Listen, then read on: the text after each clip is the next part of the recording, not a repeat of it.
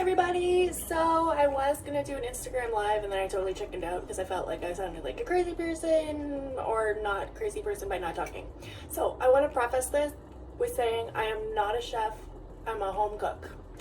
I'm not classically trained in any way, but I'm a foodie, so I love good food. So I'm gonna teach everybody how to make a super quick Alfredo sauce.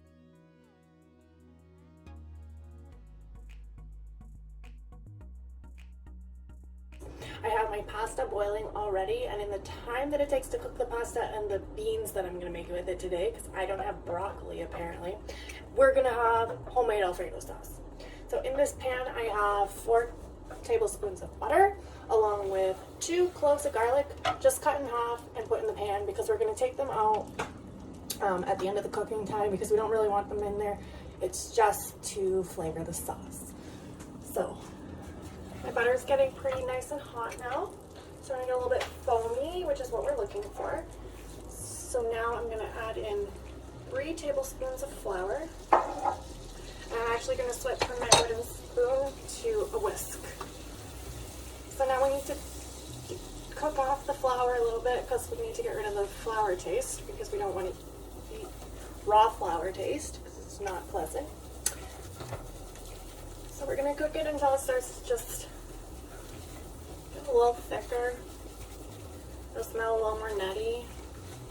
It changes, so just know. Or just watch this, and once the color's the same, then that's when you can go in and add your milk.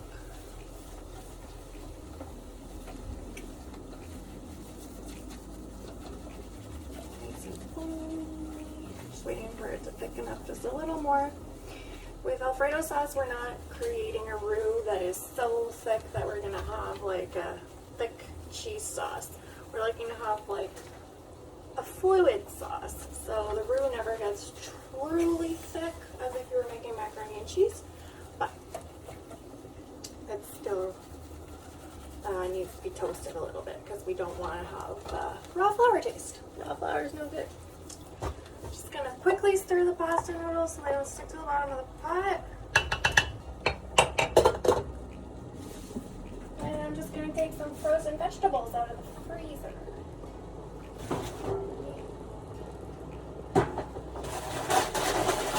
Green beans. Green and yellow beans, actually. Yeah, that's fancy. What happens? That's why we have a towel handy at all times. There we go. So I think I'm happy with how that's looking.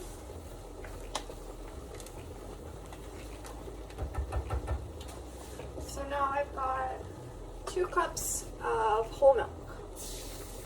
It's not really, diet friendly food, but a little bit of overflow onto the floor. Oops. I'm Jeannie. I tend to make a mess, but I cleaned it up. That's the difference. Well, that's the difference. Just gotta clean it up. Alright, so now the sauce needs to thicken. So we're still gonna cook away at a medium heat for a moment here. And it's gonna start changing really fast, or it usually does.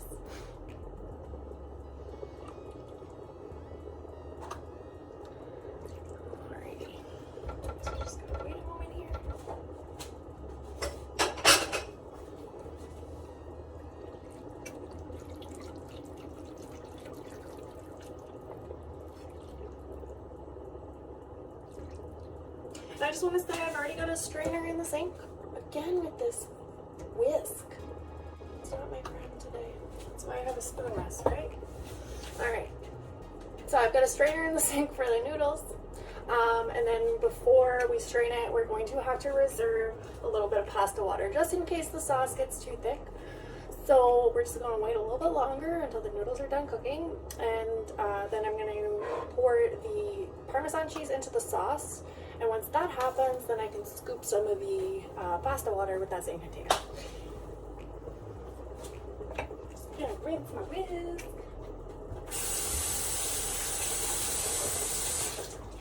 Buttery and milky. Alright.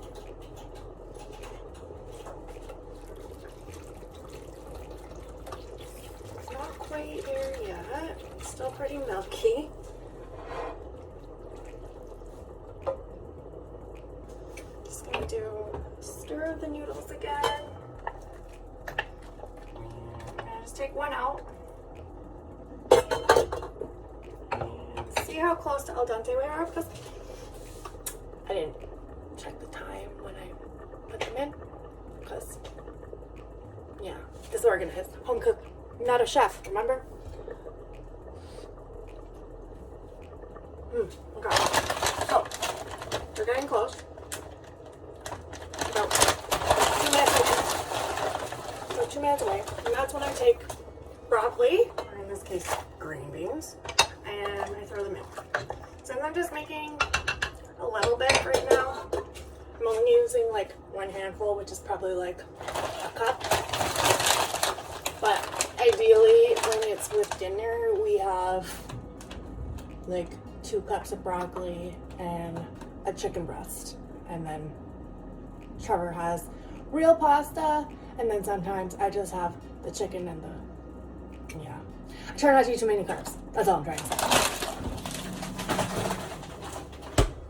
Try. Operative word.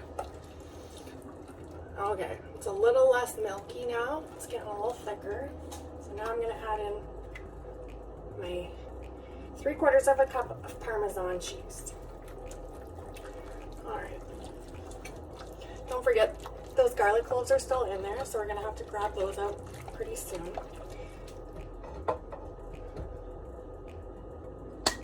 Just trying to make sure that I get the precious parm out of the container. Now it's starting to thicken up and become saucy. Okay, so this whisk and I are not friends today.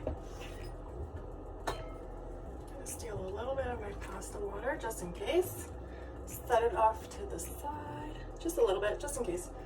Set it to the side. I'm gonna take the lid off my pasta and my beans now. And I'm just going to give it a little last stir. Whisk my sauce again. Okay, so now is the time I need to find the garlics. And I always have a trouble with this, so don't laugh at me. Because I always lose one. Always. Without fail. 2.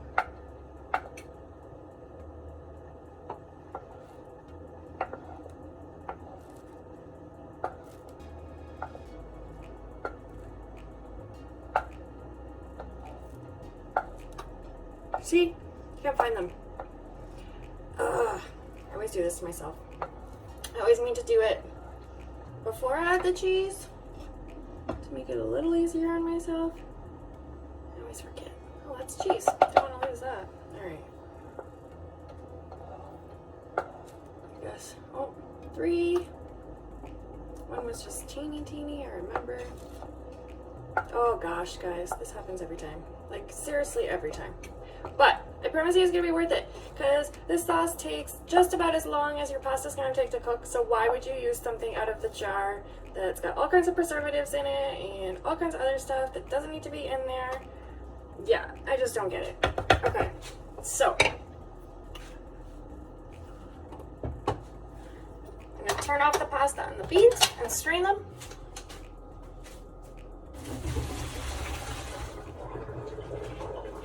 I can just set it to the side for a moment. It's no big deal. All right.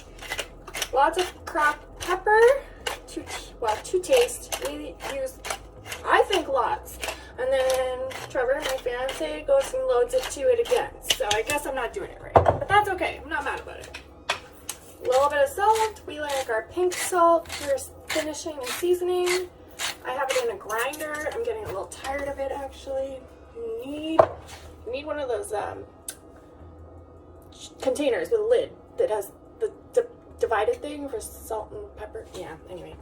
If you're not a foodie, you don't understand. So, whiskey, whiskey, whiskey, whiskey, whiskey, whiskey, whisk.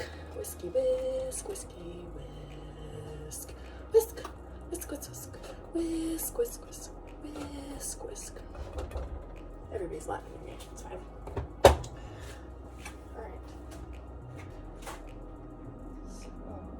Oh, I found a bean with a stem. Ew. Okay, so we have our pasta and our beans. And I'm just gonna sloop them right in there. So you're gonna leave the heat on still. Back to trusty old wooden spoon. You're gonna leave the heat on just for a moment so everything has a chance to get nice and saucy and married together. Now you have the option of steaming your broccoli or your beans separately and having it really nicely plated. Or you can be lazy like I'm being today and I just like literally put it all together. I'm gonna dump some in a bowl and it's gonna be my lunch, and I think I'm gonna run some over to my fiance at work and sit in the car with him because, you know, social distancing, can't hang out with anybody else. So bring him some lunch and I think he'll be really happy. So let's see. Let's throw this in a bowl. I'm gonna shut it off now. Alright, and before I put it in a bowl, I'm just going to taste the sauce for seasoning.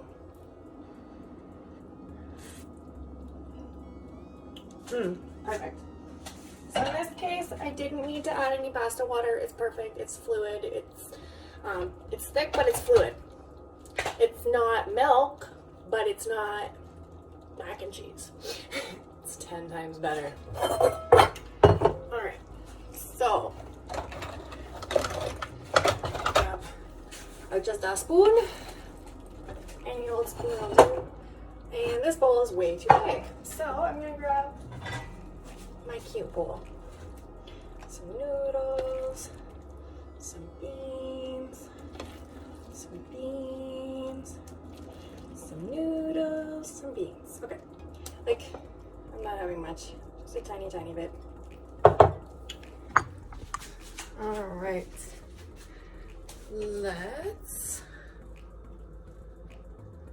I don't know how to flip the camera when I'm recording. Oh man, this is embarrassing. I'm just gonna try it.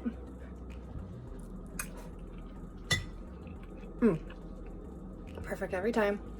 Let me know if you make it. This video literally took me 12 minutes to make. That's literally how long this sauce takes. Probably less time, to be honest, because I was talking. So enjoy. Thank you from the Food Genie. Bye.